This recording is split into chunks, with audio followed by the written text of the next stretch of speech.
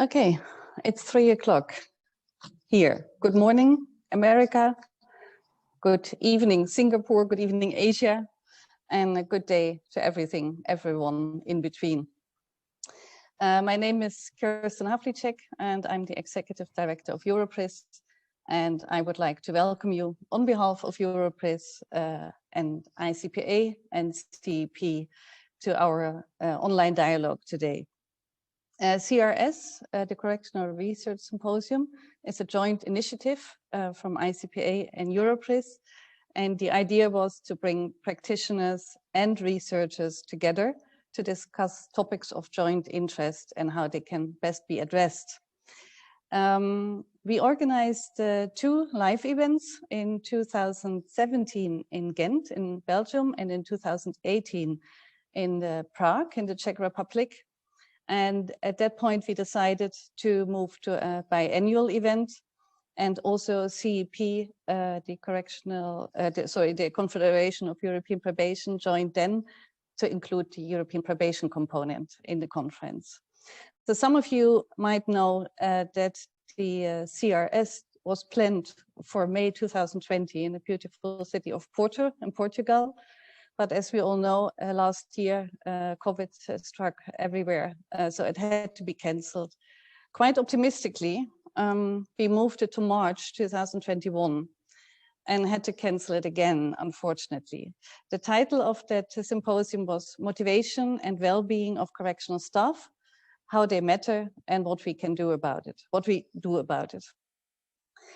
So, when we realized it would again not be possible this year to have the symposium, we decided that we want to have something to keep the CRS spirit alive.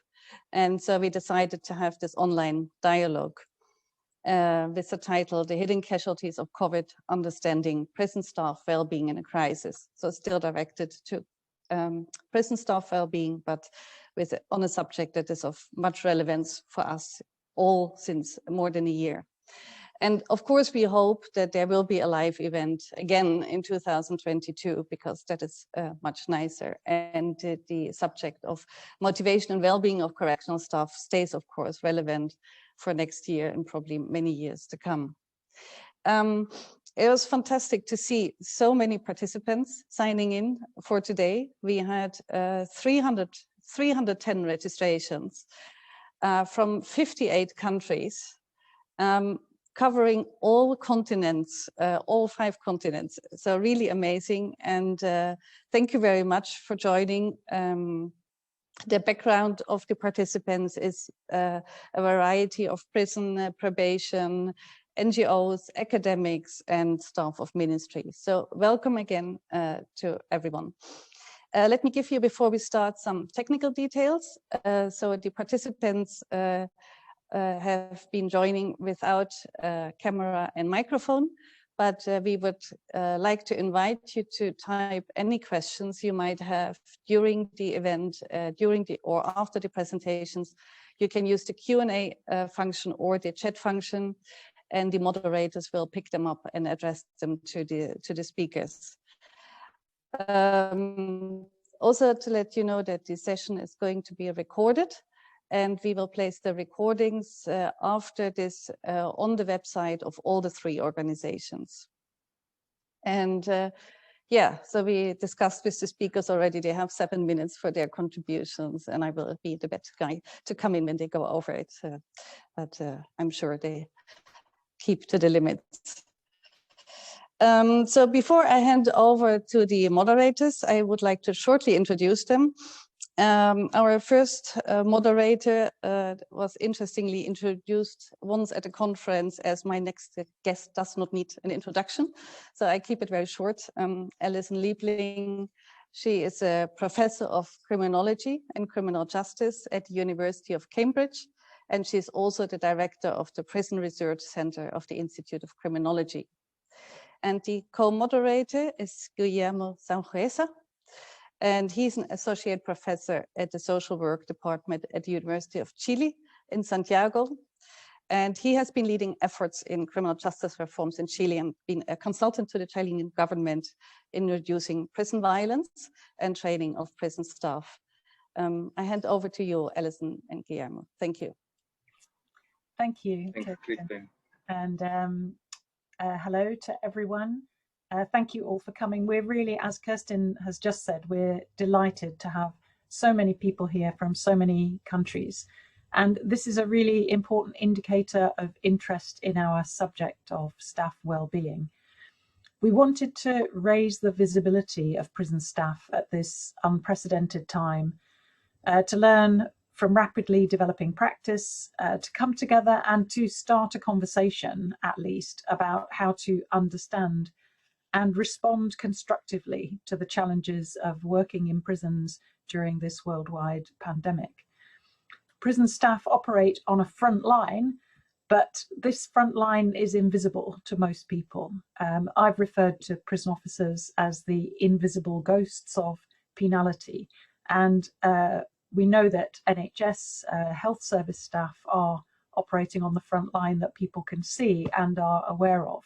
And it felt to us this would be a really important opportunity to raise the visibility of prison staff who are on a front line of their own. We all know that staff-prisoner relationships are fundamental to prison life, but how are these possible when regimes have to be so constrained? What adaptations are staff having to make to keep prisons manageable, to cope with or look after their own mental and physical health? And what is keeping staff going? And one of our important questions is whether there is anything that the research community could be doing to support them more. So we have 4 distinguished speakers, as well as a prominent criminal justice expert who will make some closing remarks. But before we introduce our speakers, I'd like to invite my co-convener, Guillermo Sanjueza, to say a few words too. Thanks, Alison. Thanks, Kristen, for the opportunity. Welcome, everyone. This has been a very hard time for all of us, particularly for those who work in the front line of prison work. Prison work has never been easy, has never been much visible, but in these pandemic times, it's even more challenging. Also, all of you have your families, your personal life, and all of that has been tensioned by this context. So this morning, this afternoon, this evening, depending on the place we all are by now, we are going to reflect together, to learn from each other. We are willing to get your questions. Please let us know in the chat or in the question and answers function. So Alison and I will be delighted to get the questions, to group them probably, and to share them with the speakers. That's it. I don't want to take more of our time and give space for our speakers. So because we know already that some have promised 7 minutes, but we know already that some of them have told us that 8 minutes or 8 minutes and 30 seconds. So yeah. So thanks for being here. With no further ado, then I'm really delighted to introduce our first speaker. So Romulo Matias, he is Director General of the Portuguese Prison and Probation Service, a post he's held since 2019. He's held many distinguished positions, including as Chief Inspector, as an expert in the Council of Europe, and as head of the Organised Crime Investigation Unit in Kosovo. We're really looking forward to what he has to say. So thank you very much, Romulo, and over to you. Thank you very much for this opportunity, dear moderators, Kirsten, dear practitioner colleagues. Probably we are facing the most demanding time for prison service all over the world. And when the news of a huge pandemic situation spread out, we here in Portugal anticipated that the prison system was about to face its biggest challenge ever.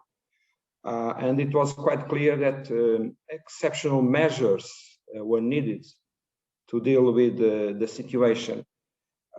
Needless to explain, the prison is a natural epicenter for COVID-19. So it was quite obvious that traditional legal framework would be totally unsuited to provide the required tools to face this pandemic situation. We came to the conclusion that health emergency law for the prison system was mandatory, not only to create room inside the prisons, space of quarantines, to guarantee some rights of the defendants, because one lesson to take from these experiences is that this is a great moment of restriction of the rights of the defendants. While preparing this short interview, it came to me an obvious answer why prison staff are, as said before, the invisible ghosts. Because the main obligation of the state is to protect the weakest link in the prison community, and the weakest link are the prisoners for several reasons. And the focus of the prison system, at least here in Portugal, was to protect the health and life of prisoners. Little did we know that these decarceration efforts that we were forced to put in place were also meant to protect prison staff. When we adopt these measures to prevent the spread of the disease inside the prison community, we are not only protecting the weakest link, the prisoners, but we are also protecting the prison staff. It is interesting to say that we face a hostile environment because we needed to have this exceptional legal framework from the lawmaker, and this is something not easy to accept. These decarceration efforts are not easily accepted by the community, so we were forced to engage in contacting scientists, lawmakers, opinion makers, the Catholic Church, which by the way is still very important in Portugal, to create this idea that decarceration efforts were needed. And indeed, after a huge work we undertake, we were able to rank among the 5 top countries of Europe in these decarceration measures that were needed to protect the life and security of prisoners, inmates, but also the staff. We understand that prison staff has been under heavy pressure in handling this exceptional situation, because while other public and private workers were able to go home and to engage in telework,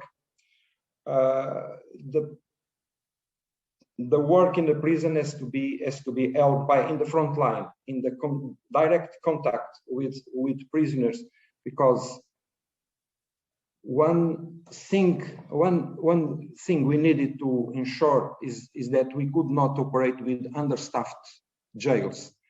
And it was really a problem to guarantee that we, despite the positive cases and the growth of the pandemic situation, it was our main concern to guarantee that we had a minimal number of prison guards able to keep prisoners operating. At the same time, we didn't want to restrict the visits, the authorized visits to the inmates, the authorized leaves. So indeed, it was quite a difficult moment to end this situation. We have been this through a year, and we don't know when will it finish.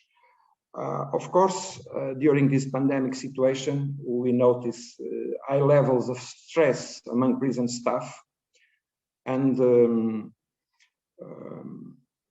this exceptional situation required from the prison staff the capacity to adapt and to change some daily routines in order to implement the contingency plans and preventive measures, which were, by the way, still a source of additional stress and pressure.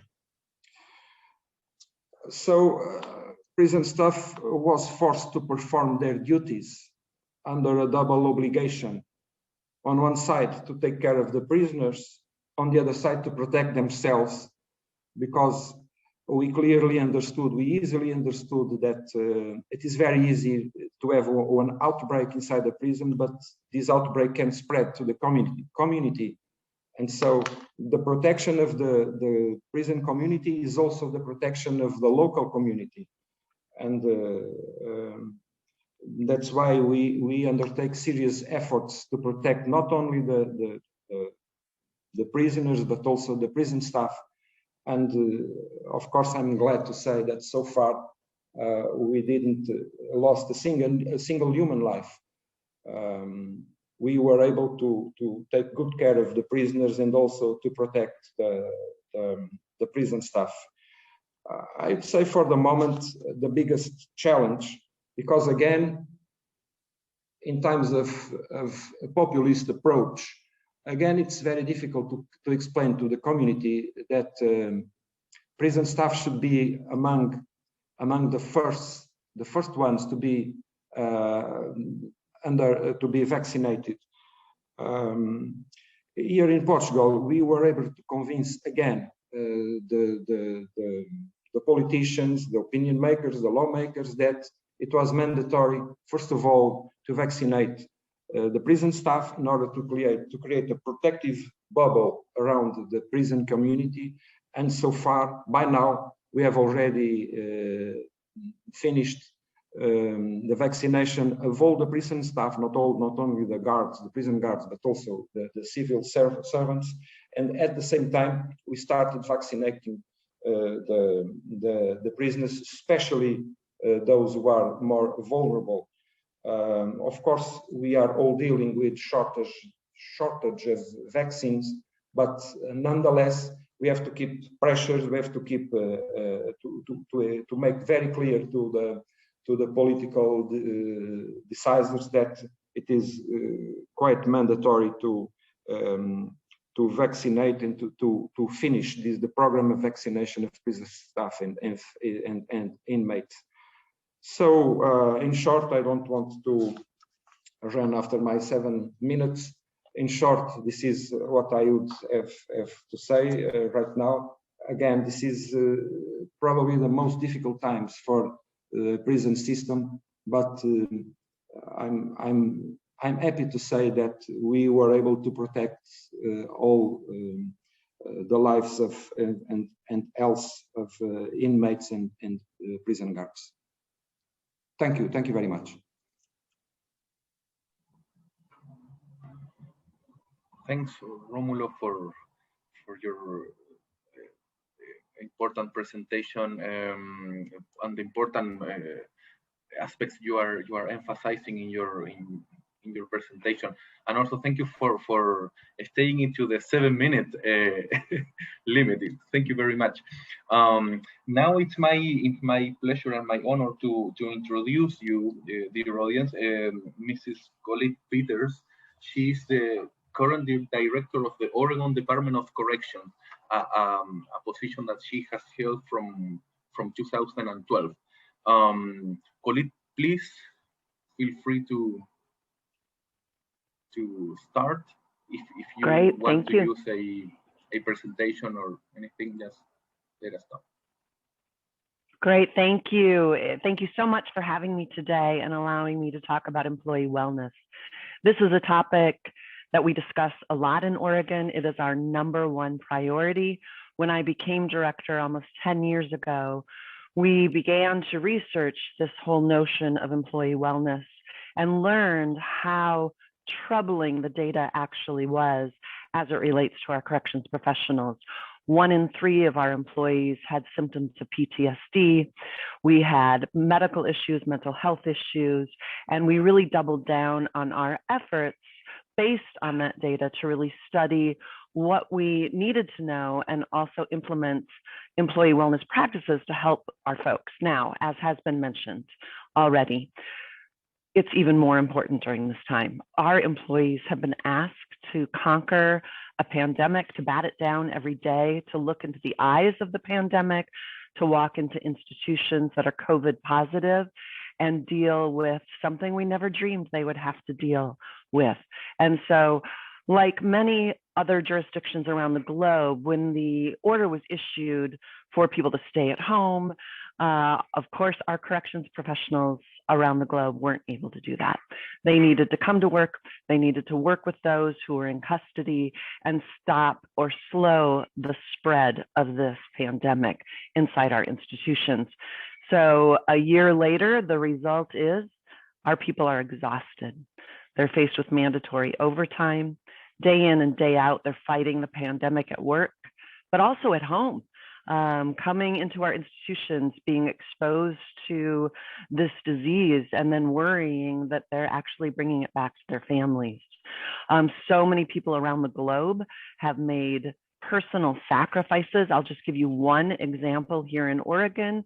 Our transport manager, the individual who's in charge with transporting the adults in custody across the state of Oregon, he is a husband and father of 2 children, one with medical needs. So with the outbreak of COVID-19, he made the decision for the safety of his family to leave his home and rent an apartment, and did that for almost 1 year until the day he was able to get vaccinated. And that's just one example of sacrifices that are being made around the globe to keep the adults in custody safe from this disease. And so to combat the effects on employee health and well-being early on in the pandemic and ongoing now is what we are calling our benefits full court press. Through 20-minute Skype meetings, as we are having this virtual meeting this morning, connected around the globe. We're trying to do that in Oregon as well, where we are building a network of benefits ambassadors that include our wellness team members, peer support team members, managers, and human resource staff. So corrections employees, like all public servants, have earned, for the most part, incredible benefits, ranging from financial benefits to health and education. So in light of COVID-19, benefit providers have multiplied the number of resources now available through apps and telemedicine, all of these available on these great little personal phones that we have. So now with the vaccination of our employees and our adults in custody, our wellness administrator coordinated with outside groups to arrange for vaccination clinics to be held on site at our facilities, and then really to educate our employees about their benefits, the benefits that are available to them, their children and partners who, as I mentioned, are often isolated at home. And as I said, with overtime increasing, mandatory overtime increasing, we're seeing a reduction in sleep, an increase in stress, making things like routine blood work or medication pickup and provider appointments almost impossible without some access to healthcare resources while on their shift. So we're trying to bring those resources to them. One of the things that we have done is we're providing access to personal cell phones. It's something that we haven't done for security reasons, but it's something we've been talking about as a serious barrier for our employees in terms of maintaining that connection with their family and their loved ones. Like most institutions around the globe, it can easily take 30 minutes to get from a post inside the prison to your car in the parking lot to use your phone. So our superintendents are really expanding the access to personal phones now for primarily 2 reasons. That connectivity to family with children and loved ones at home, that is more important than ever, but also the access to health benefits that I talked about earlier. Our personal cell phones have really become the way to access a doctor, a therapist, schedule blood work, track our heart rates, and lower our blood pressure. If I was super quick, I could tell you what my pulse was right now, right? We have all that health data right here and available to us. Lastly, I really would like to share with you our efforts in focusing on improving the mental and emotional health of our employees. already has been mentioned this morning, they work in incredibly stressful environments. They are our invisible heroes, as was mentioned earlier. So now with the pandemic, another layer of complexity is added. So it is widely recognized in the medical field that regular meditation helps lower stress and risk of chronic illness, like cardiovascular disease. In that vein, another partnership was born in Oregon. To date, we have trained hundreds of correctional staff from all prison disciplines in this model. We have found that this training has allowed our officers to go from that place of hypervigilance to vigilance, creating better relationships with their peers, their families, and of course, all of those in our care and custody. As I mentioned when we started this conversation, our corrections professionals are our everything. To those corrections professionals who have dialed in today, just thank you for being our heroes around the globe, always, but certainly in the midst of this pandemic. And thank you to all of you for the opportunity to talk about a subject that is near and dear to my heart. I look forward to hearing from the other panelists, and of course, happy to answer questions at the end. Thank you so much. Thank you very much, Colette. And just to encourage people, it started, but we're going to keep all the questions until all four speakers have chosen. So if you have specific questions to Romulo or to Colette, please bring them, start sending them to us. So thank you. I'm now delighted to introduce Boon Siang, who is Principal Psychologist with the Singapore Prison System. He specializes in psychological risk assessment and rehabilitation of sexual and violent offenders, and also has special interests in leadership and crisis operations. So we're delighted to hear from him next. Thank you for the introduction. I think, yes, Anton is helping me to set up the slides. All right, good day to all. Grateful to be here to share and learn with everyone on this important topic. But before I go on, just want to say a big thank you to all the prison staff and leaders for continuing the inspirational work, keeping inmates safe and secure, and to rehabilitate them. Next. Anton? Yeah. So I come from a city-state in the heart of Southeast Asia called Singapore. And unlike most countries, we have a very small land area, but a dense and multicultural population. And next. In Singapore Prison Service, we have operations all over the country. And most of our operations are in the east, where we have 12 prison institutions, 1 supervision center, and 3 visit centers. And all these operations are in the good hands of 2,300 staff and looking after close to 12,000 inmates. And next. Yeah, so why are prison staff so invisible? I think prison work has always been out of the public sight and mind, regardless of the pandemic or not. And people usually don't think much about us unless they are involved in the criminal justice system. So in turn, they have little idea of how we work. Some may also form wrong ideas of prison's work because of how we are portrayed in the media. And then with the pandemic situation, the spotlight naturally shines on the healthcare and law enforcement agencies.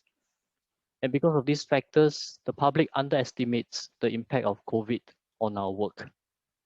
And expectedly, our work gets lesser attention compared to those fighting the pandemic in the front line. Next. The truth is the pandemic has affected the entire spectrum of our work, and we cannot go into the lockdown mode and stop all our operations. Offenders still get sentenced to prison. We have to continue to keep them safe and rehabilitate them and support their reintegration in this challenging time. And at the heart of all this work are our prison staff. Next. And though not the focus of today's dialogue, but I do think that effective operations and strong logistic support must be established so that we can win the trust and confidence of the public and our staff to outlast the pandemic. And again, kudos to those working hard in operations and logistics as well. Next. And during non-pandemic days, prisons work is already very challenging. And in my own research, I found that role conflict, work-home conflict, career development, and negative interaction with co-workers are the strongest predictors of prison staff's mental health. And next, with the pandemic, I'm sure the power of these stressors are magnified because of numerous adjustments that our staff have to make at work and at their personal life. In turn, more adverse symptoms and behaviors will emerge if you don't address the issues early and comprehensively. And next. So what have we learned about how to support our staff during this pandemic? In line with the theme of this webinar, we think that it is necessary to make the invisible become visible. We should make the impact, support, connection, work, and meaning visible. I'll elaborate them in the following slides. First, we should make the impact of this pandemic on our staff visible. An unexpected positive outcome of this pandemic is the increasing interest in people's mental health by the government and employers. So we build on this increased interest to remind our leaders and staff that the pandemic is an extraordinary situation, and it is normal to have some unwanted reactions. The key is in helping everyone to be aware and interested in their mental health and well-being. And next. Next is to make the support visible. We recognize that everyone has their way of coping. Hence, we use various platforms such as emails, posters, social medias, and webinars to make coping resources easily accessible to our staff. Our ground leaders are also given more resources to listen and support their staff. They also receive regular communication packages so that they can give accurate and timely information to their staff. All this can minimize fear, uncertainty, and rumor spreading among staff. Some prison officers are also known as care officers, and they are reminded to watch out for their colleagues and offer a helping hand and listening ear. Our care officers are self-selected prison officers who are trained to provide psychological first aid to their peers. Those who need more help can also be referred to a prison counselor or psychologist. And our staff are also given care packs and snacks to raise their morale at work. We also continue to conduct essential training for staff to make sure they remain effective at work. At regular intervals, we will conduct department-wide morale sensing to gather feedback on how to continue to support our staff. And by doing all this, we build a supportive culture in our organization. And a healthy organization is made up of strong teams. As such, we use virtual methods to help our staff connect with each other. This is in line with making the connections visible. For example, we use more email broadcasts to keep everyone up to date with what is happening at work and each other's lives. Our leaders are also encouraged to use check-in or check-out questions during meetings to bond their teams. Some also catch up with each other over virtual lunches, especially for those who had to work from home for long. We also tried the simple idea of allowing all staff to pen a few words on an online wall of appreciation to encourage staff to support each other. And our top leadership continue to engage our staff through regular visits and dialogues to listen to them and to communicate key messages. And next. During this pandemic, we also use various traditional and new social media platforms to make our work visible to the public. This is a key strategy to educate the public of our work and to recognize the good work of our staff. We also continue to celebrate successes with our partners and volunteers using virtual platforms to continue to encourage everyone to continue the meaningful work. And next is making the meaning visible. We continue to remind our staff of the higher meaning of their work in prisons. We have a key role among other government agencies in keeping our country safe and secure. Some of our staff also step beyond their core work to support several national level operations. One example is in the manning of a hotline for people who need psychological support during this pandemic. We also continue to feature several stories of ex-offenders to reinforce the importance of our work in turning lives and families around. By reminding everyone of the bigger meaning of our work, we can rally more support and inspire our staff to do the good work. And lastly, where do we go from here? I think there are three important areas we have to look out for. First is the danger of burnout. The effects of this pandemic can be long-lasting and cuts across a lot of domains of our lives. The future is still very uncertain. As such, we need a comprehensive framework which is leadership-driven and responsive to staff's needs. Second, our staff is our most important asset. Hence, we must continue to invest in them to develop their core, cross-cutting, and leadership skills. Third, we need to innovate and use technology to support our staff to make prisons safer and more rehabilitative. Thank you for your attention, and I look forward to a fruitful discussion later. Thanks so much, Boon. Very interesting, the effort that you all are doing in Singapore to deal with this crisis. Thank you very much. Now it's my honor again to present Maria Lindström. She's currently the head of the security planning unit of the Swedish Prison Service. So, Maria, you may start your 8 minute and 30 seconds presentation. Thanks for being here. Thank you, Germer. Thank you. Hi, everyone. Just some short words about Sweden to start with. Sweden has a population of 10.2 million. We have exactly 78 prisons and remand prisons, which means pre-trial detention, and about 6,700 inmates in Sweden. And that's about 1,000 more than 3 years ago. So since a couple of years, we're struggling with overcrowding and the shortage of capacity.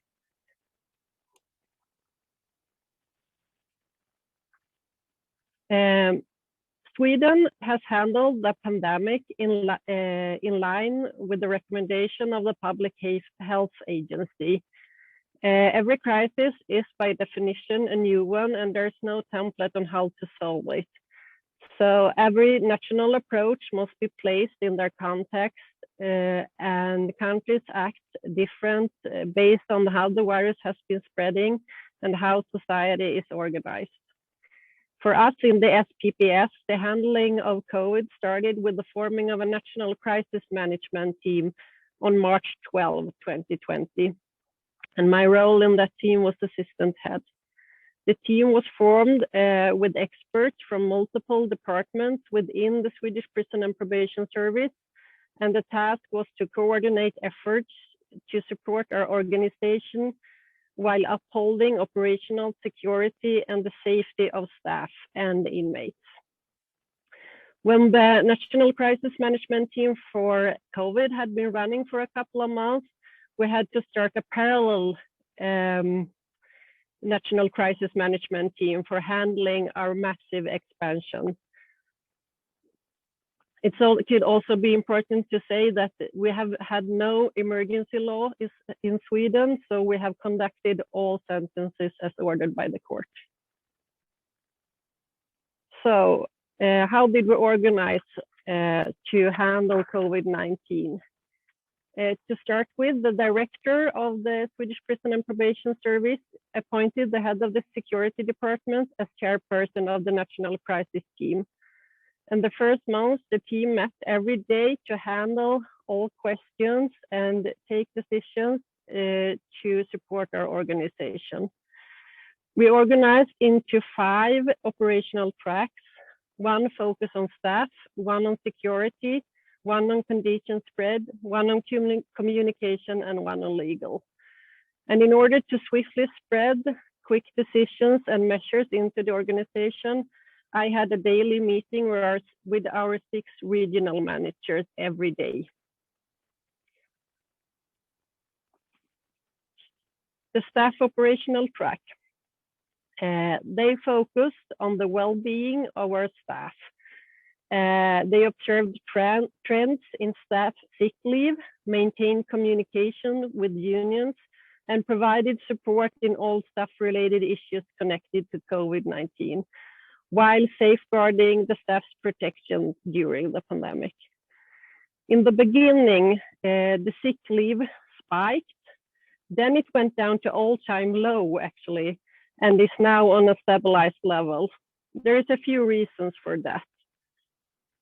First of all, it could be good to know that in Sweden, it's possible to stay home with 80% of your salary paid by the government. And that, together with the recommendations from our health agency to stay home even if you feel slightly unwell, had led to sensational decrease in other diseases like seasonal flu. One of the first actions taken by the National Crisis Management Team was to cancel all staff training, including the National Correctional Officer Training Programs, which is 3 months in Sweden. This decision proved to be one of the most successful actions by the team, since it led to extra staff available at our prisons. The reasons behind this decision was, first of all, to minimize the risk of spreading COVID-19 at our training facilities. Second, to minimize unnecessary public transportation of our staff, and also to overstaff our prisons in order to meet the expected sick leaves. So this led to that we didn't have to take in temporary workers into our units. So we could work with regular staff and also have some extra staff available. We have also conducted webinars for our staff to learn from each other. We have a lot of informational posters and then a dedicated internal website with information for staff. So how bad has COVID-19 hit Swedish prison and jails? Until today, we had 652 infected inmates and no deaths. I will say a few words about security.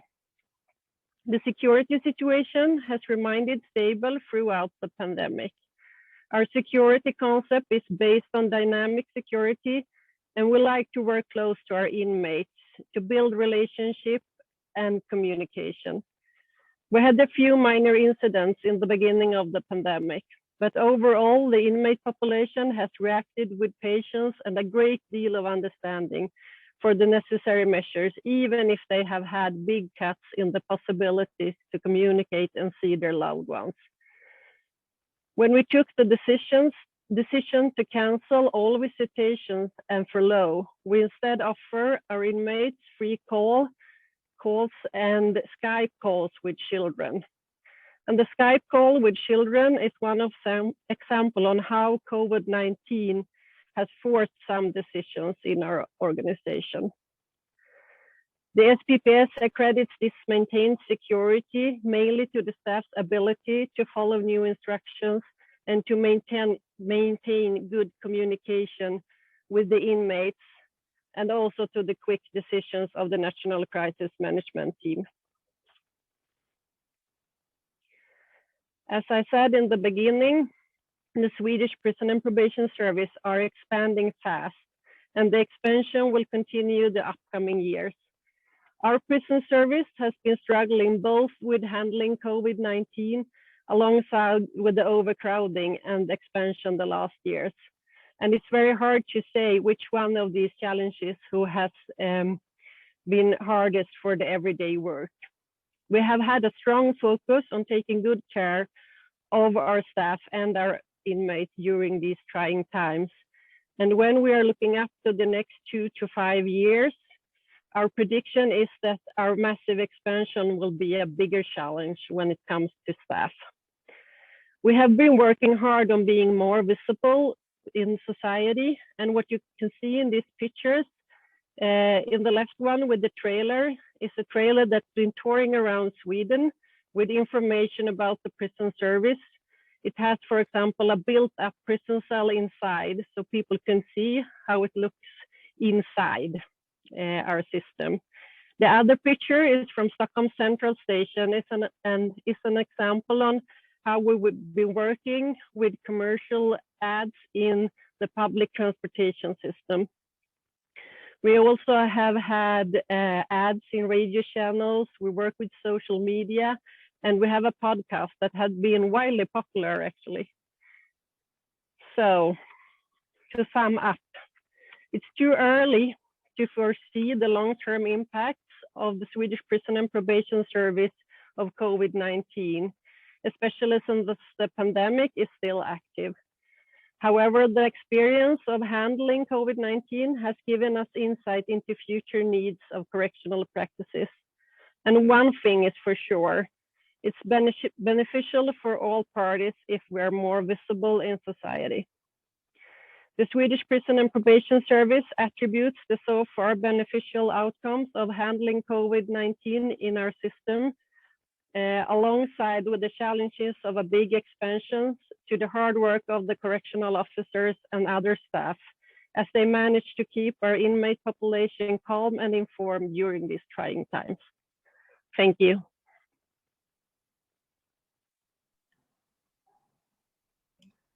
Thank you very much. Thank you all four of you for a fantastic contribution. And there's obviously lots of themes that have been touched upon, and also some important differences. We've had loads of questions. We're doing our best to cluster them. Guillermo has already done a bit of qualitative data analysis and clustered them into 4 main themes, or at least most of them into 4 main themes. So Guillermo, would you like to start by introducing the first theme? Absolutely, absolutely. We have some questions on, probably for Romulo, but not only for Romulo, regarding this cluster of decarceration efforts and increased crime. That possibility in Portugal, there are some places, Canada, so far we have received information that they failed to reduce prison population. So there are questions on the relationship between decarceration efforts and increase or decrease crime, how much you were able to reduce it, and also what happens in places where it wasn't possible. So we have some cluster of questions. Alison, should I mention all the 4 clusters right now, or perhaps we go let's little take by them little? one at a time. Okay. So let's start with that. Okay. Perhaps if Great. we can ask if any of the other panelists would also like to address this first question, on the question of obstacles to decarceration efforts as well as successes, then we'll invite you all to. But Romulo first. Okay, thank you very much. If you remember, in the very beginning, I told you that we knew we would face an hostile environment for these decarceration efforts. Nonetheless, we managed to have this new legal framework, and part of this hostility was somehow transferred to the media. After the first weeks of release of prisoners, the media was eager to follow every new case, every new crime committed in the community, trying to find out if this criminal was one subject of this decarceration measure. So we had to face a very strict follow-up of the presser in relation to every new criminal incident all over the country. And although we prepared carefully this decarceration process, because we released prisoners with a very good correctional behavior, very close to the end of their penalty. We released people that would have everything to lose if they would make wrong things outside prison. Nonetheless, we were not sure how would they behave. And the press, as I told you, was eager to find out if we had an increase of criminality just because of these efforts. For everybody's surprise, not for us, prison service, the recidivist incidents were minimal. We were able to find out that we had the return of 5, 6, 7, 10 inmates recently released who have committed new crimes. So as we released around, I would say 800 prisoners, I have to say that the rate of recidivism is extremely low. And let me tell you this crisis challenges us to think on measures of early release. The measure we adopted in Portugal can give us a glimpse on a new approach.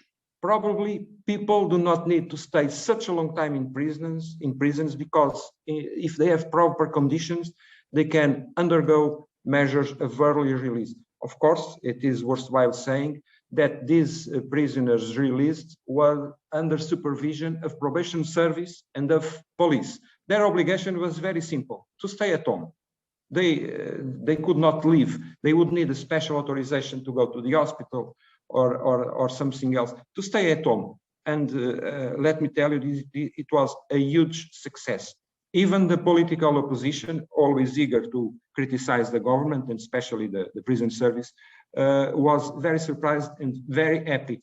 I believe, I'm just finishing, I believe that this bold and courageous decision helped us to keep a good, healthy environment inside prisons, and that's why we can say, never too much to stress, that we didn't lose a single human life among this crisis. So far. Thank you very much. Thank you very much. Do any of the other panelists want to say anything or add anything to that? Or should we move on to the next? Oh, Colette? Yes. I would be happy to add something.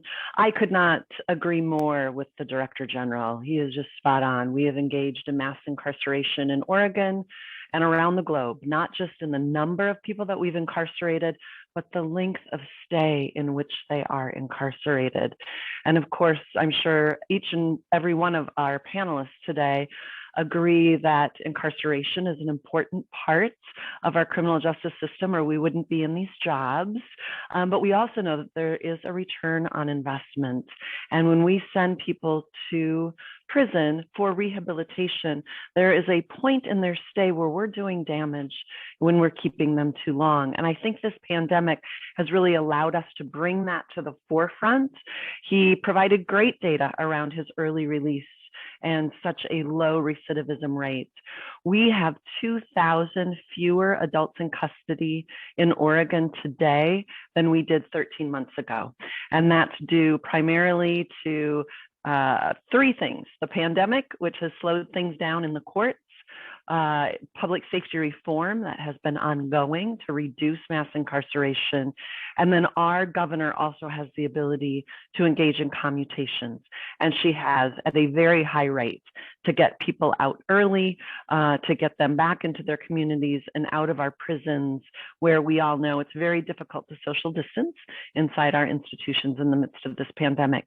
So it's my hope that this pandemic really pushes to the forefront this notion of decreasing this mass incarceration that we've engaged in around the globe for pandemic reasons and for public safety reasons. When you talk about the barriers, which I think is the question, the barriers really are misinformation around people not understanding the data and not understanding that while incarceration is an important tool, that we should not lock people up and throw away the key. And so I think anything we can do, anything ICPA can do to educate our citizens around the globe in understanding the importance of making good neighbors and getting these people home, the better off we'll all be. Thank you. Thank you very much, Colette. So there's a theme arising in the questions about the potential tensions between traditional security practices and some of the innovations that you're describing. So, for example, cell phones. how have you handled as organizations with staff possible misuses of technologies or resistances from security to more social media in relation to prisons and so on? It feels like that there are really good examples here of some innovative practices, but lots of the attendees are wondering how you work that out. I could add into that. I think one of the questions has been raised in relation to the UK case that staff in general are reported to be, some staff at least, now saying that because lockdown seems to have reduced violence, there's a tension or a conflict between staff wanting some of the restrictions rather than some of the innovations. So that question started with the possible misuse of technology and whether there are staff resistances or problems between security and innovation. Is there anyone on the panel who would like to take that question or to start with that question? Maria? I could start, yeah. Yes. Working in the security department and having a background in probation, I think this is a question that I can start with. This is your question. Yeah. No, I don't think there's a conflict between security and using new technology. If you have a mature organization and you work with dynamic security, with different aspects of security, you understand that new technology or new approaches can support actually the security system. So I can't see the conflict. You have to have, of course, informed decisions. You have to really think through what you're doing, but I don't see the conflict. You have to work with it really informed. So that's my response. Thanks. Anyone else on the panel? Yeah. Please. I'll share as well. I think there is no conflict between using technology, and I know some corrections or officers, they prefer to lock the inmates, reduce the activities, but as correctional leaders, we have to remind that one of the mission is to rehabilitate them, allow them to reintegrate and be productive citizens. That is the longer mission that we have to remind our staff. As such, at our end, during the early days of the pandemic, when there's a very hard restrictions of keeping staff away from prisons, those were the initial days. We were unable to do as much rehabilitation as we want. Yeah. And we innovated by creating videos. Some of our staff recorded videos of their therapy and topics, and quickly we turned those videos into quick snippets and delivered to the housing unit for the inmates to view. Yeah. So at least they continue to learn the concepts of what we go through with them in the rehabilitation. And the other thing we try to do is to continue to allow the inmates to stay engaged with their families. Because in the early days of the pandemic, family members are also not allowed to come and visit them. So we facilitated phone calls. And also, I think we ramp up some of our tele-visit facilities so that the virtual visits can still happen.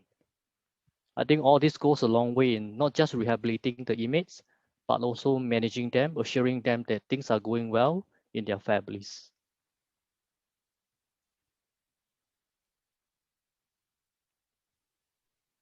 Thanks, Boone. Very, very informative. Thanks, Maria and Boone, for addressing these issues. Romulo, you wanted to say something? No? Okay, because you were mute. So we have another cluster of questions. I mean, thank you for raising many interesting things. We have a cluster of questions related to sort of the strategies or measures taken to protect a prison staff. That's one general question. Particularly, what's been going on with the mental health prison staff. Mental health of inmates and measures that have been taken to address that. And also there are some interesting questions related to this on telemedicine. If there are any experiences that you may share in terms of telemedicine for addressing this issue, how the impact of COVID sort of compete with other health needs, surgeries or cancer or regular operation of other types. And also we have questions on how much were inmates involved in planning the COVID responses. It was just about the measures taken by the administration, or at some extent inmates were involved. So these are some of the questions that I've grouped. I don't know if any of you may take some of these measures taken, how this COVID crisis sort of compete with other health needs, how much inmates have been involved on these responses, what happens with mental health or health of inmates, not just the staff. So we have 3 or 4 questions within this cluster.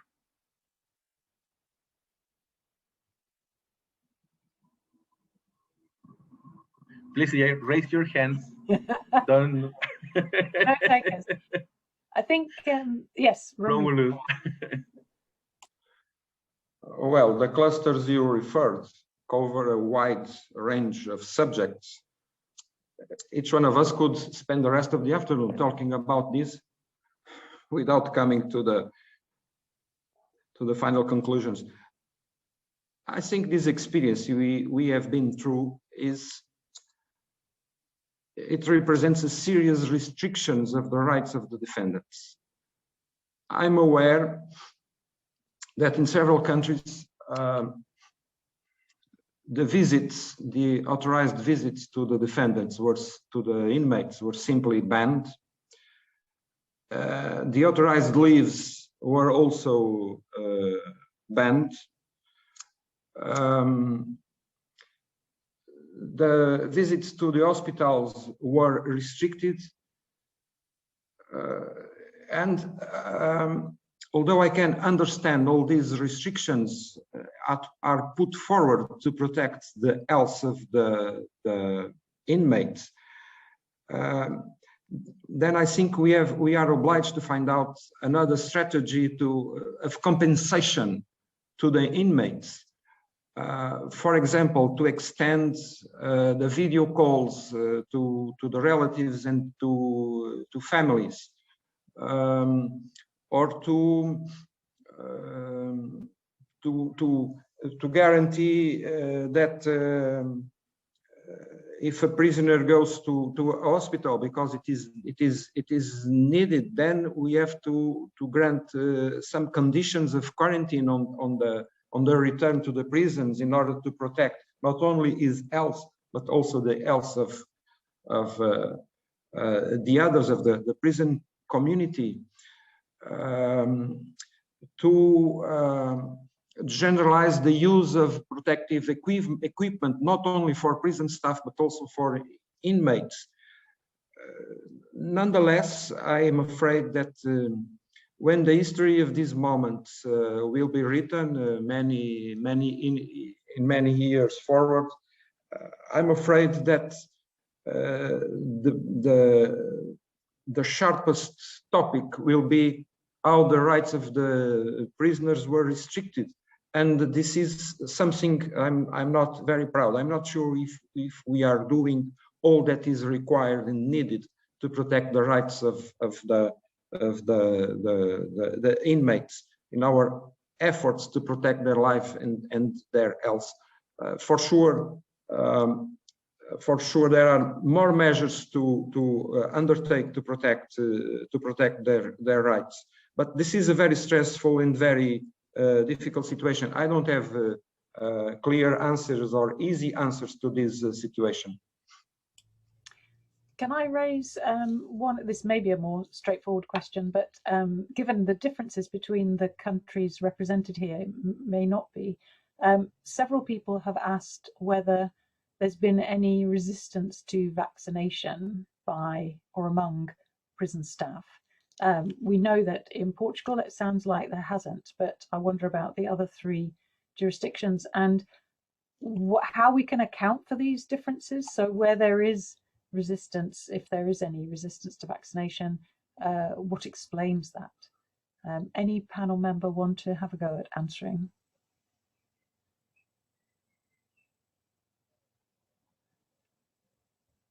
Colette, thank you.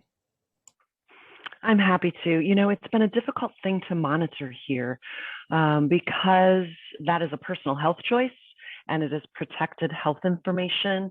While we provided vaccine clinics on site for people to participate in, they also had opportunities in the community where we had mass vaccination clinics. So we are not able to track that data.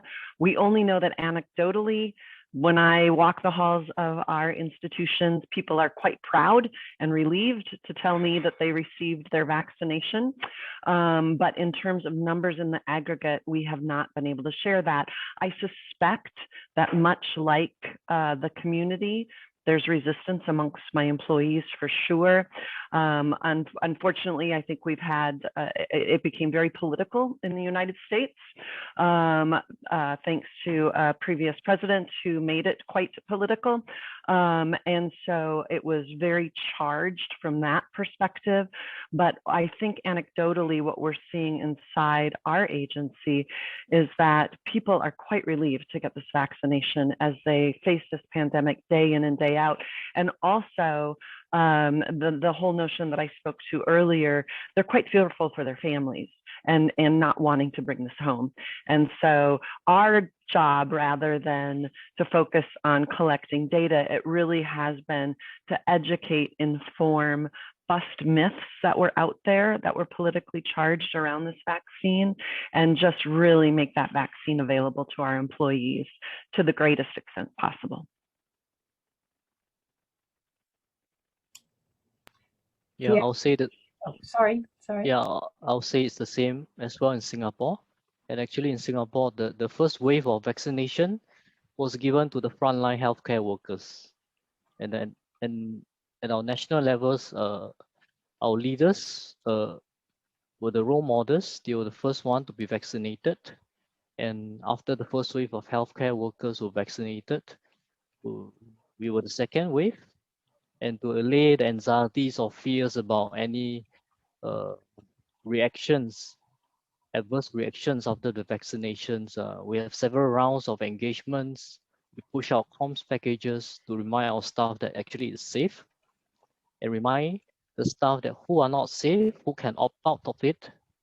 And these are the measures that we take in. And when the prison officers go down, it is also the same. Our prison leaders took the front seat. We went on and take the jabs as the role models to show to the rest of the staff that it is safe. Yeah.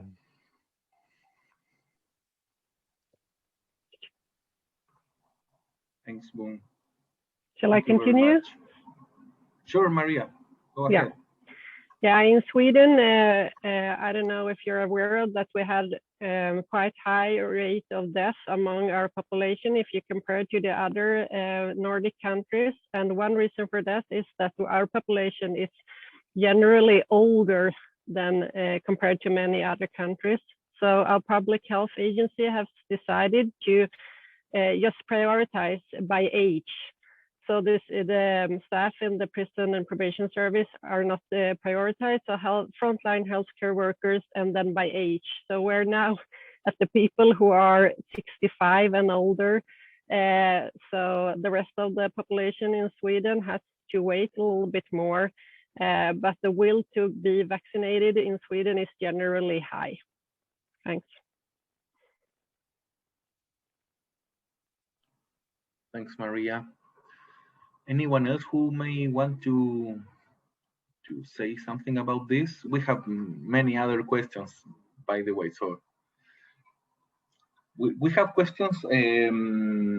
Alison, if you allow me, we have questions on the impact of this crisis particularly on, for example, prison violence, and on the relationship between inmates and prison staff, the relationship, on the communication, on how has been the impact of the COVID crisis on prison violence, on the relationship between inmates and staff. And we had also another question regarding how the prison system have addressed the mental health consequences of this pandemic for inmates and for staff. I know that each of these questions may be worthy of a seminar on itself, but if any of you may give us some hints on this, on some of these questions.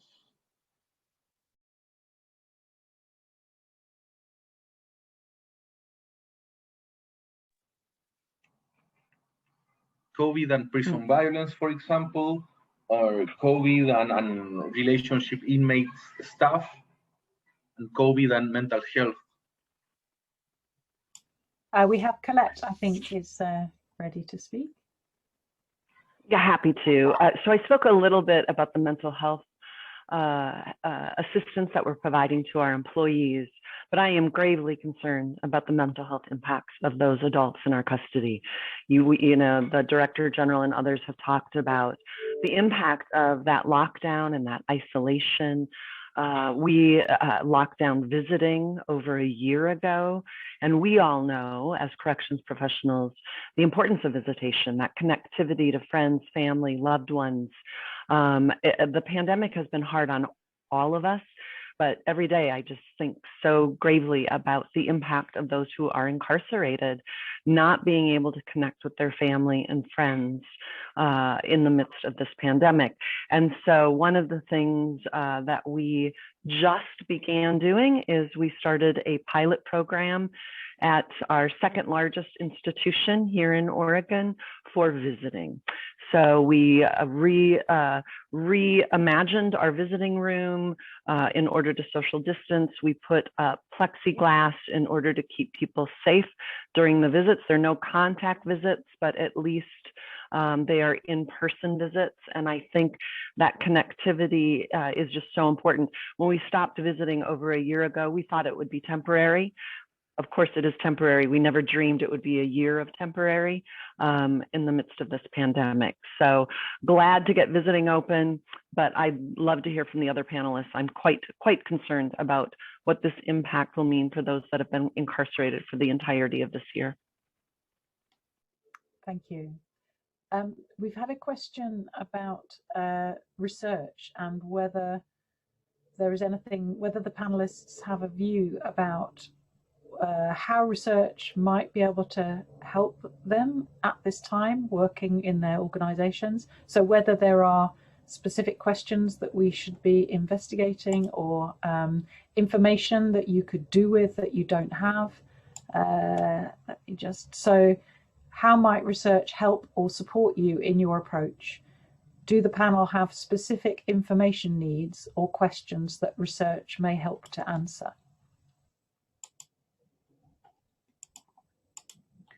Who would like to go first? Boone, you're our researcher. Can I invite you to try that question first?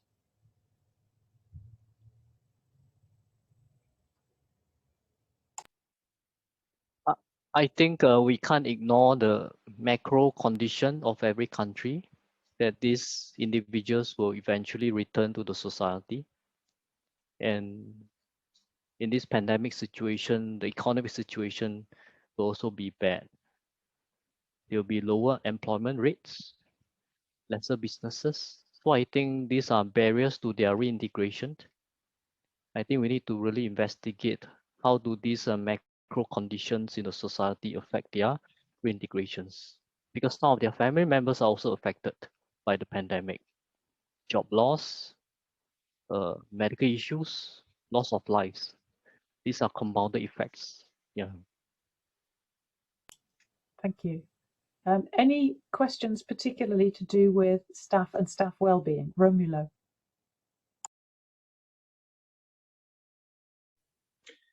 Maybe one quite interesting question would be Of course, it is also related with research. The rate of suicides, are they increasing among prison staff and especially among the prisoners? It could be a sign of something deep and ugly going on inside the prison community. I'm a little bit concerned about it. We noticed here in Portugal that the suicide rate has increased in the community as well inside the prison community. Of course, we are making all our efforts to stop the increase of the suicides, and we engaged with technical programs to prevent and to stop this tragedy. But it is also true that last year the suicides increased, I would say, by 50% in the Portuguese prison system, but also in the community. One can never look in an isolated way only for the prisons. We have to pay attention of what is going on in the community. I think this phenomenon of the suicide could be an interesting subject of research for us practitioners and scientists of the correctional issues. Thank you. Can I, sorry, yeah, can I just add on? If I frame it from a positive perspective, I think the pandemic allows us to try different methods to rehabilitate and engage the inmates. Like I shared just now, I use the word blended learning loosely.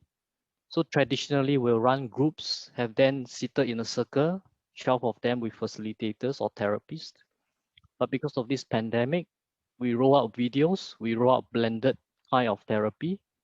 And I think we tried to do some evaluation, and there are some learning points that we took away. So this is a chance for us to try out new things and see whether these new approaches work or not. Yeah. Thank you. There was a follow-up question to when Romulo mentioned suicide rates and suicide rates amongst staff. One of the questions that came in was whether prison services are providing additional training for prison staff to cope with mental health problems, and whether there's anything that's been learned about how to sort of increase staff resilience and well-being during this period. Any specific examples? Anyone want to respond to that?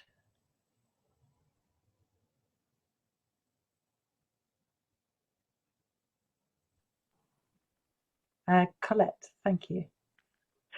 So employee suicide is what catapulted us into our putting employee wellness at the top of our list.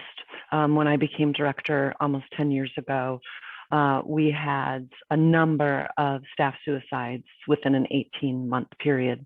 And we looked to the research, and there wasn't anything back then. There was research on the military, police, firefighters, but nothing on corrections professionals and mental health.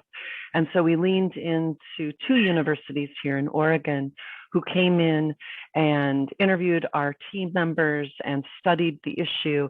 And as I mentioned in our opening remarks, 1 in 3 of our employees were deemed to have symptoms of post-traumatic stress disorder. And as we all know, that means high levels of anxiety, drinking, divorcing, and ultimately dying young, with the average lifespan of our corrections professionals just under 60 years of age.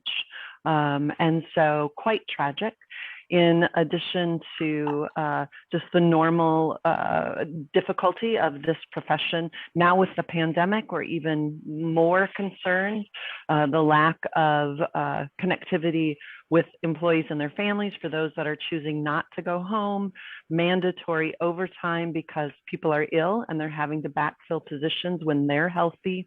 So it's just been compounded again and again. And so the one program that we have implemented is meditation in order to increase resiliency. And forgive me, we've implemented other programs, but we really have found great success with meditation, both in teaching our employees how to meditate, and we've trained hundreds of our corrections professionals to do that. We've also released an app that allows people to do virtual meditation, to really bring that state of hypervigilance down to vigilance while they're in our institutions, which brings down those cortisol levels, of course, which is so very important. But I think now more than ever in the midst of this pandemic, focusing on their mental health is just so important. Mm-hmm.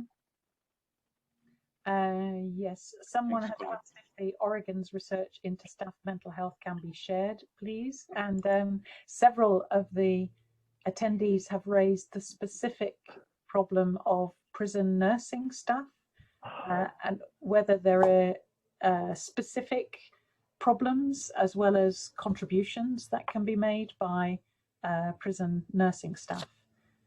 Anyone want to say anything about that before we move on? Guillermo? Oh, yeah. Guillermo, would you like to take the next question?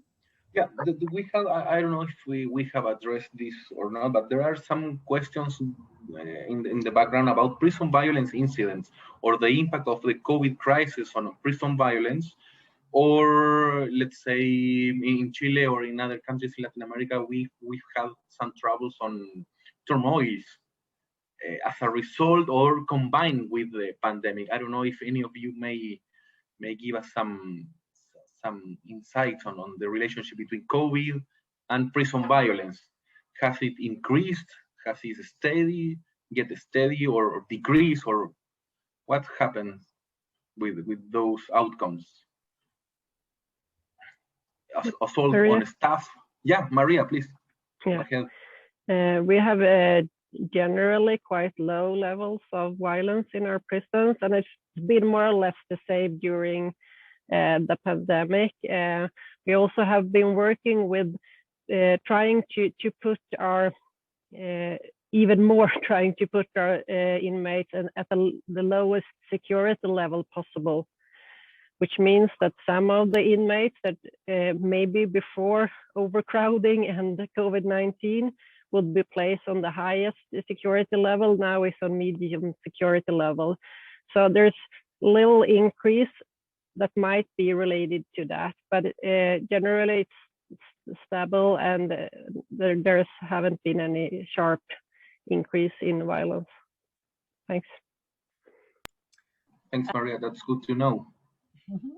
Can I throw in another interesting question? This is quite specific. So what programs are you implementing to prevent any psychological problems that might affect prison staff who are or who have been sick with COVID-19? An important question there. Anyone want to take that one?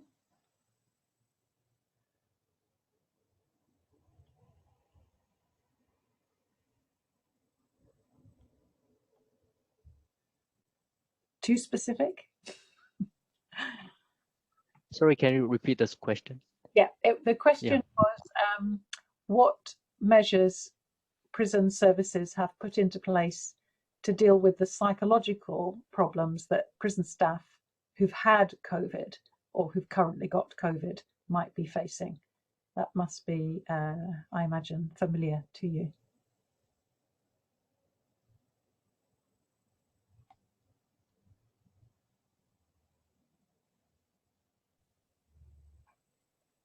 I can say something. Yeah, we generally rely very heavy in Sweden on the general health system. So we haven't provided any specific within the prison or probation service. We have a very built out social service and health systems for all inhabitants in Sweden. So we haven't had any specific in our service Okay, I think Yeah. I say the same. I say the same, if you allow me. No specific program. We also rely on the National Health Service. Although our health service is not so good as the Swedish one, I'm pretty sure. Nonetheless, it is a very good health service. Thank you very much. Yeah. Probably good at different things. Well, go on, Boone. Yeah. I think we have one case where our staff had COVID, but the symptoms were minor. Okay. But what we tried to do was to have a softer touch to support the staff or colleagues of the infected staff, that remind them that, oh, despite having a positive case, you're not alone. Because naturally, once you have a staff who is infected, the unit might have to be quarantined or their enhanced measure, and you affect their work. Yeah. So what we did was to assure them that whatever support that you need, you can seek help from us. We're always there to help you. And second, we have video chats, send cards to the affected staff, and we also extend care officers to engage the staff. If the staff needs someone to speak to talk about more intimate things or any psychological issues that they are facing. Yeah. Thank you. I'm keeping an eye on the time, and we knew when we organised this seminar that it would start a conversation rather than finish one, and that there would be lots of gaps and lots more to talk about. But we have invited Rob Allen, who is a consultant, independent criminologist, criminal justice expert, and we've asked him if he would say a few words to us by way of closing. So can I hand over to you, Rob, and just thank all our speakers and panelists very much before I do so. So Rob, we're delighted to have you with us. Well, thank you, and Alison and Guillermo, and thank you all. It's a great honour to have the chance to say a few words, but a greater one to learn so much in such a short time about how you have all adapted your systems to deal with this catastrophe over the last year. As you know, the Nelson Mandela rules say that the safety and security of prisoners, staff, service providers, and visitors should be ensured at all times. And there is no doubt that this has been the most difficult of times and continues to be so in many countries. And there's no doubt from what you've said that you have taken this duty extremely seriously. In Portugal, with great help from the legislature, it seems you have been able to make some substantial reductions in your prison population. You've been able to prioritize staff vaccination. Similarly, in Oregon, it sounds like you've built on a long tradition, or relatively long tradition, of prioritizing staff well-being to take some specific measures in the pandemic, increasing benefits for staff, encouraging peer support, giving telephones to members of staff, some very interesting initiatives. In Singapore, a very wide-ranging strategy indeed, making a lot of use of technology and identifying the issues that need to be addressed, and then actually addressing each of them in very carefully planned ways. And in Sweden, similarly, having a very careful emergency plan for prisons, ensuring that there are enough staff to carry it out and to increase the support that is offered to them in this challenging time. So prison services, certainly the ones we've heard about, have done a lot, and I think it's difficult to generalize, have done well. There were some pretty apocalyptic predictions about what might happen in terms of deaths of prisoners, and for the most part, I think the worst has not come to pass, and that is a great credit to the to prison systems. But of course, staff have had to adapt very much. In one country where I was doing some evaluation work, prison staff were required to stay in the prison for 3 weeks at a time in order to reduce transmission from the prison to the community. So this places an enormous strain on staff and their families. In the UK, where I live, our inspectors for the last few months have started doing surveys again of prisoners and staff. And what they find is that the prison staff say, yes, a big majority say that their well-being has been addressed well, very well, or quite well. But nonetheless, the morale in the prison system among staff, only about half, a bit more than half, say that it has declined, it has fallen. And that is no surprise. Of course, in this sort of context, people are going to struggle to maintain their enthusiasm and satisfaction with their work when they've got so much to worry about. That's true for all of us. For those that work in prison, even more so, because of the complexities of that role. I mean, one specific tiny example I came across reading a monitoring report last week. In the early days of the pandemic, prisoners were not permitted to wear face coverings in the prison for security reasons. I don't exactly know why. Unfortunately, after a few weeks, this decision was reversed. Presumably, it was felt that prison staff would not be able to identify prisoners quickly and this kind of thing. So some very difficult judgments to be made. How different countries deal with it, of course, the staff in prisons around the world differ enormously. Just this week, the Council of Europe has produced its annual statistics. In some countries like Sweden, I think you have more or less one prison staff member for every prisoner in your system.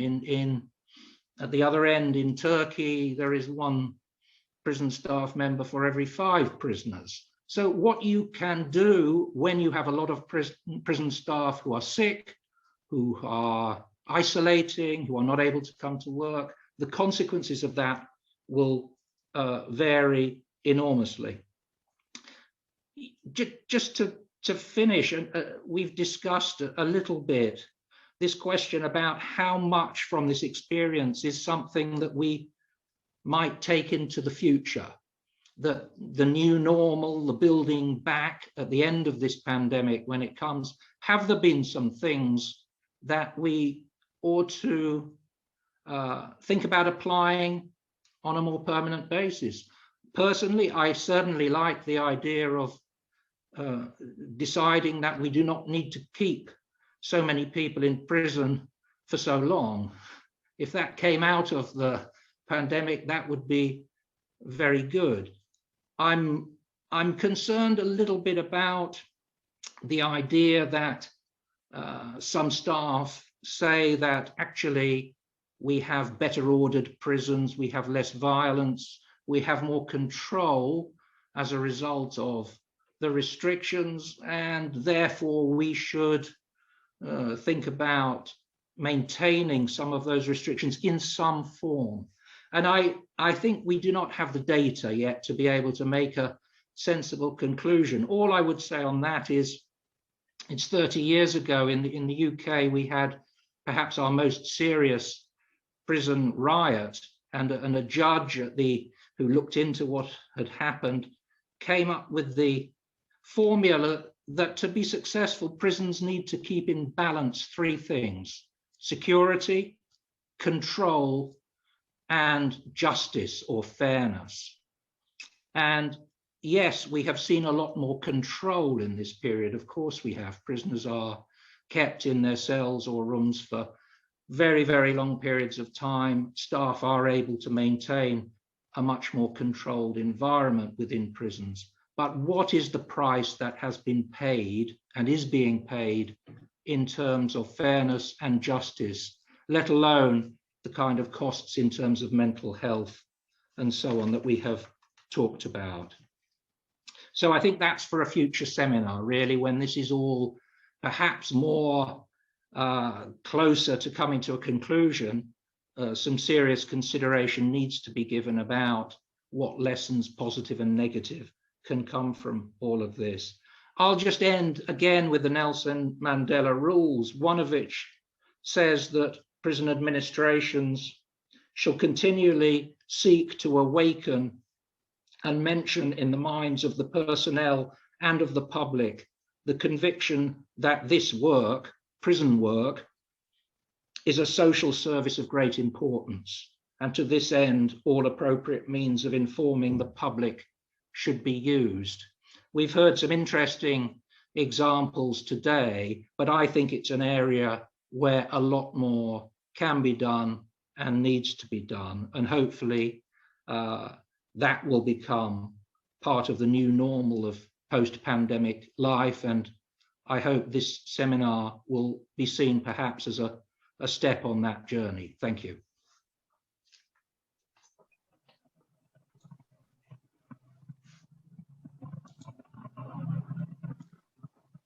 Hi everyone, I'm Manon Bisson, the Executive Director of ICPA. First of all, I'd like to thank the hidden people behind this activity, our program committee, namely Alison Liebling, Frank Porporino, Anya Dexwager, Maria Danielson, and Bethany Schmidt. Thank you very much. Thank you also to our distinguished speakers for your reflections. That was really interesting. And also for all of you, to all of you who attended this dialogue on the hidden casualties of COVID and contributed to this very interesting and dynamic interactive discussion, I would say. Obviously, this is only the beginning of this dialogue. So I would invite you to keep following us on our website and social media for more information. And in the meantime, we wish you to remain safe and healthy. Thank you very much to all of you.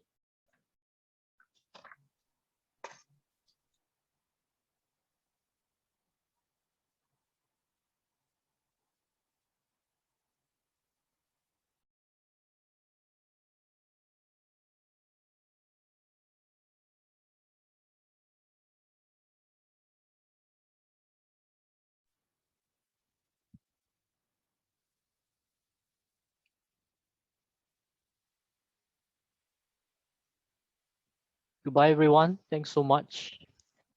You take care. Thank you very much.